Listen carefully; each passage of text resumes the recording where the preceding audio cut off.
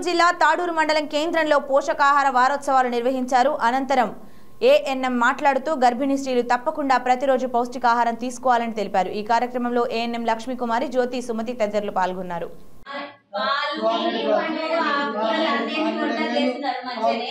కానీ వీళ్ళు ఏం చేస్తున్నారు, ఇంటికి రాకుండా తినకుండా అవన్నీ తీసుకొని పోయి ఇంటికి పోయి తీసుకొని పోతున్నారు. ఇంటికి తినకపోవడం వల్ల వారి భర్త లావ్ అవుతున్నారు, భార్యలు పక్కగా అవుతున్నారు.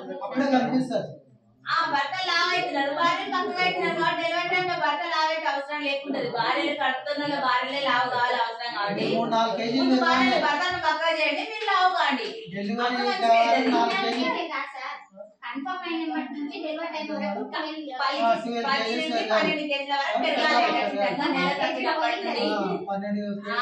నెలకు 1 కేజీ ఖచ్చితంగా పెరగాలి. మందులు టైం మేము ఇస్తున్న మందులు వాడాలి. ముందు ఇంకొకటి ఏముందంటే మన దగ్గర ఇప్పుడు గర్భవతి అయిందని తెలియగానే 5 నెలల దాకా ఆగుతారు.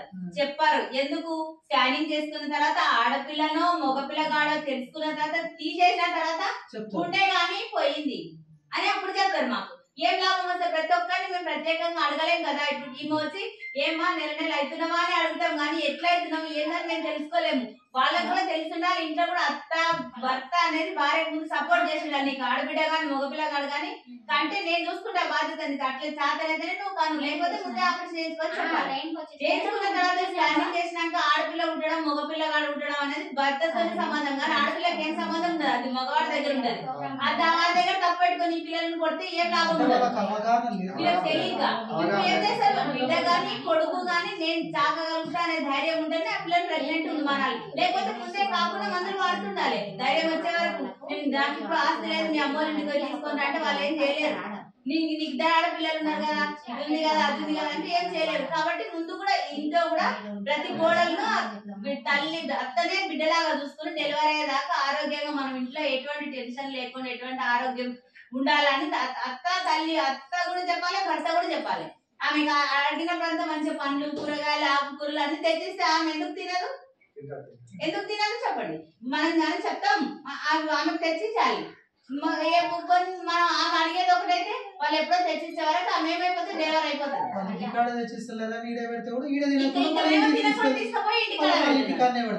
తెచ్చి పెడితే ఇంటికాడ తీసుకోసలేరు కదా అని గవర్నమెంట్ ఏర్పాటు చేస్తుంది. ఒక గుడ్డు తినమంటుంది, ఆకుకూరలు వేసి తీసుకోమంటుంది, పాలు తాగమంటుంది. ఇవన్నీ లేకుండా మీరు ఇంటికి మోసుకొని పోతున్నారు. మీరు ఆరోగ్యంగా ఉంటే మీ బిడ్డ ఆరోగ్యంగా ఉంటుంది. తర్వాత పుట్టిన పిల్లలకు కూడా ఆరోగ్యమైన పాలు దొరికితే మీరు హాయి కూడా కలుగుతారు. ఇటువంటి పరిస్థితి ఉంటే మీకు మంచిగా ఉంటుంది. కానీ మీరు గవర్నమెంట్ ఇస్తలేరు, వాళ్ళు గుడ్లు లేదని ఇంటికాడ పెట్టి ఏ లాభం వస్తుంది. వాళ్ళు తింటున్నారు, మంచిగా ఆమ్లెట్ తాగుతున్నారు, తాగొచ్చి